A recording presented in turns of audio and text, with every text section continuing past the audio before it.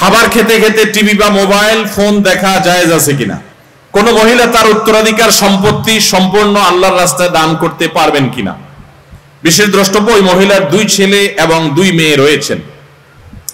দেখুন, কোন মহিলা হোক কিংবা পুরুষ যেই হোক না কেন, তার যদি সমস্ত সম্পদ, সমুদয় সম্পত্তি তিনি আল্লাহর রাস্তায় দান করে দিতে চান, একটা মসজিদ, একটা মাদ্রাসা, ধর্মীয় কোনো কাজ, ইসলামের উন্নয়নের কোনো কাজ, আল্লাহর দ্বীন বুলন্দ করার জন্য কোনো গুরুত্বপূর্ণ ভালো কাজে তিনি তার সমস্ত সম্পদ যদি দান করে দিতে চান, এটা জায়েজ আছে, যদি তার এই দানের কারণে মিরাস যারা পাবে, অর্থাৎ ওয়ারিস যারা হবে, তারা কোনো প্রকার তাদেরকে ক্ষতিগ্রস্ত করার উদ্দেশ্য যদি না হয়।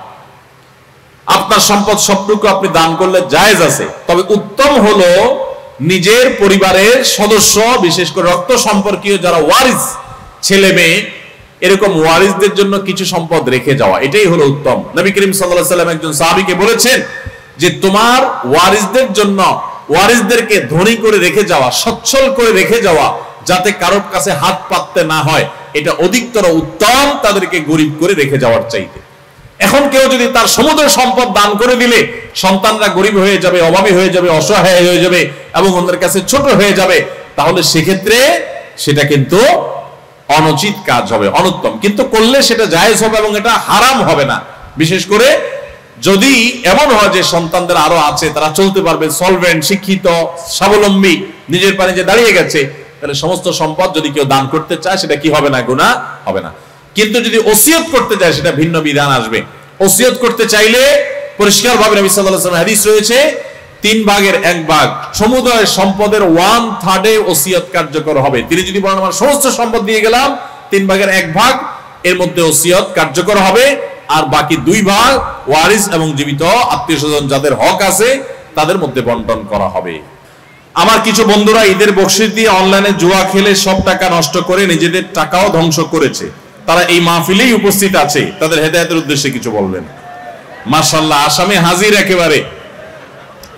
এই যে আসামি যারা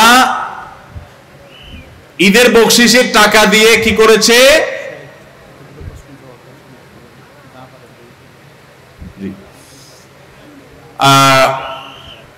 যারা ঈদের বকশিশের টাকা দিয়ে তারা জুয়া খেলেছেন, হারাম কাজে ব্যয় করেছেন, সন্দেহাতীত ভাবে তারা অপরাধী, তারা পাপিষ্ঠ এবং তারা গুনাহগার।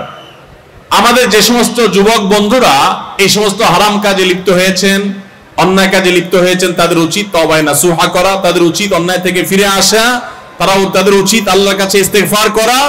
কারণ জুয়া এটা শয়তানি কর্মকাণ্ড। আল্লাহ সুবহানাহু ওয়া তাআলা বলেছেন, ইন্নাল খামরু ওয়াল মাইসিরু ওয়াল আনসাবু ওয়াল আজলামু রিজসুম মিন আমালিশ শাইতানি ফাজতানিবু।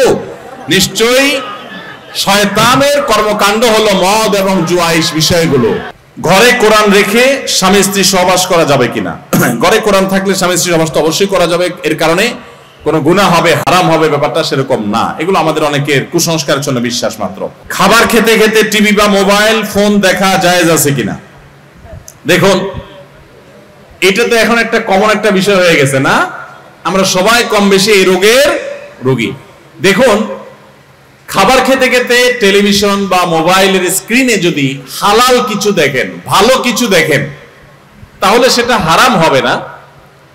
আর হারাম কিছু দেখলে সেটা খেতে খেতে দেখলেও নাজায়েজ হবে, অন্য সময় দেখলেও হারাম হবে। হারামটা সর্বাবস্থা হারাম। ভালো কিছু দেখলে খেতে খেতে সেই দেখাটা বা ওই দেখা অবস্থায় খাওয়াটা হারাম হবে না, কিন্তু অবশ্যই এটা অনুত্তম কাজ। কেন অনুত্তম কাজ? কারণ এটা আমাদের স্বাস্থ্যের জন্য ভালো নয়। ডাক্তাররা আমাদেরকে বারবার সাবধান করে খাবার সময় খাবারের প্রতি মনোযোগী হতে হয়। অন্য মনস্ক হয়ে খেলে তার স্বাস্থ্যগত উপকারিতার চাইতে অনেক সময় ক্ষতির আশঙ্কা থাকে।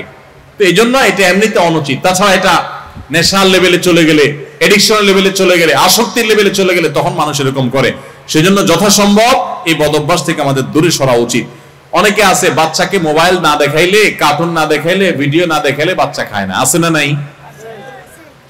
ভাইরা আমার, আমি খুব শক্তভাবে বলতে চাই, বাচ্চাকে মোবাইল দেখায়া, কম্পিউটার বা টেলিভিশনে কোনো ভিডিও কোনো কিছু দেখায়া খাওয়াবেন না। এটাতে বাচ্চার খাওয়ার উপকারিতা যা হয় তার চাইতে ক্ষতি আরো বেশি হয়। এটা করবেন না। এখন আপনি বলবেন এটা না দেখালে তো খাওয়ায় না। আমার কথা হলো আপনি একদিন দেখানো ছাড়া খাওয়ান, 2 দিন 3 দিন, যদি সে না খাইতে চায় খাওয়ায়েন না, তাকে বলে দেন যে তোমাকে এই সব দেখতে দেওয়া হবে না, তুমি খাওয়া খাও আর না খাইলে না খাও। ওই যে এক মুরব্বী চাচার দেখছেন না, সারির সময় শেষ, খাইলে খাও না খাইলে না খাও, সিলেটি ভাষায়।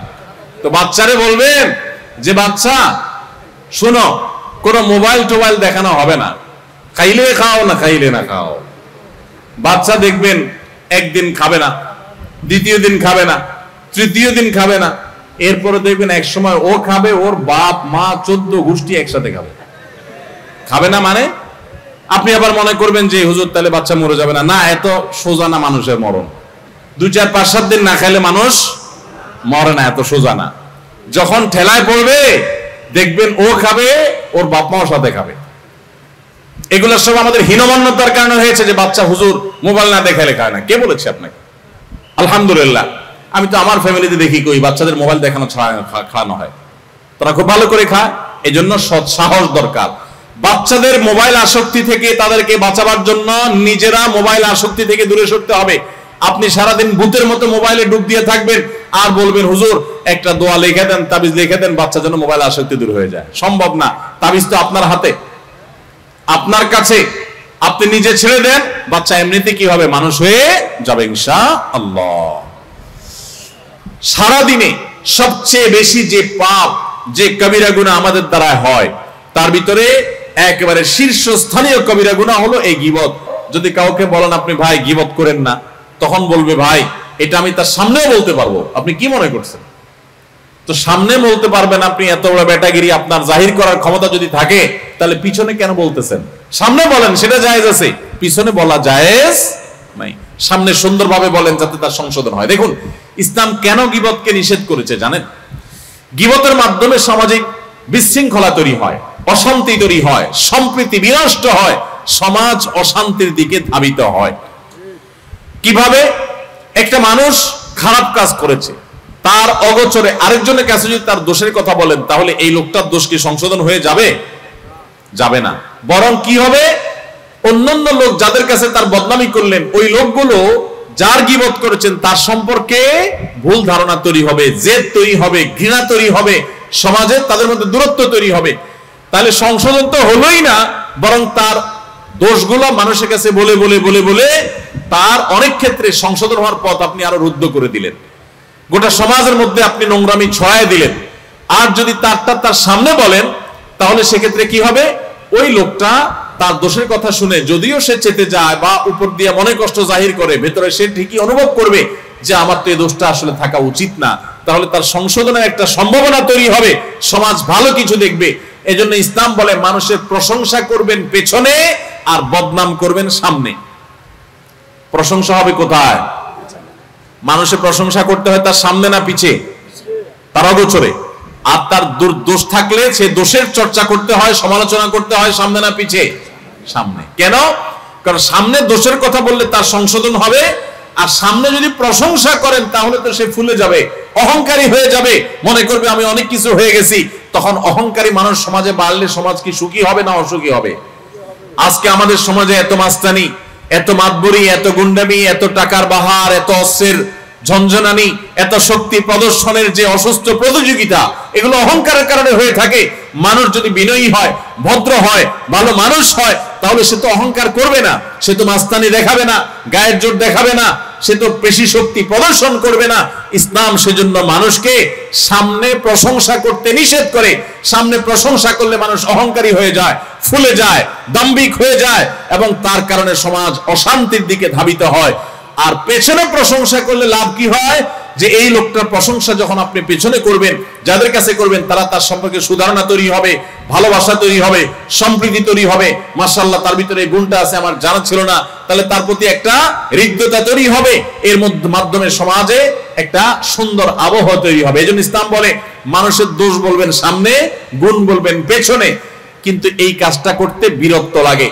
আমরা বেশিরভাগ মানুষ হলাম এর উল্টাটা করি, মানুষের সামনে তারিফ করে পাম্পট্টি দিয়ে বাতাস দিয়ে ফুলাই তারে, আর তার দোষগুলো সব পেছনে বলি, অর্থাৎ তার কাছে ভালো সাজি, পেছনে তার দুর্নাম করে, গীবত শিকায়েত করে, সমালোচনা করে নিজের আমল বরবাদ করি, সমাজকে ধ্বংস করি।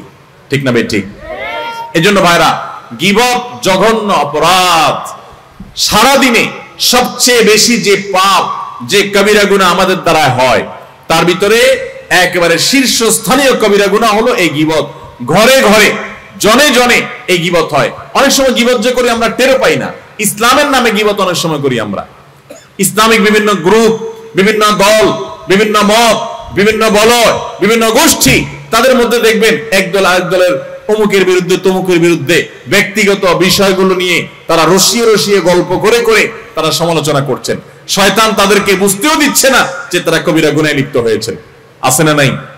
ভাইরা আমার, আমরা কোন মুসলমান ভাইয়ের দোষ চর্চা তার পেছনে করতে যাব না। গীবতের শাস্তি কি?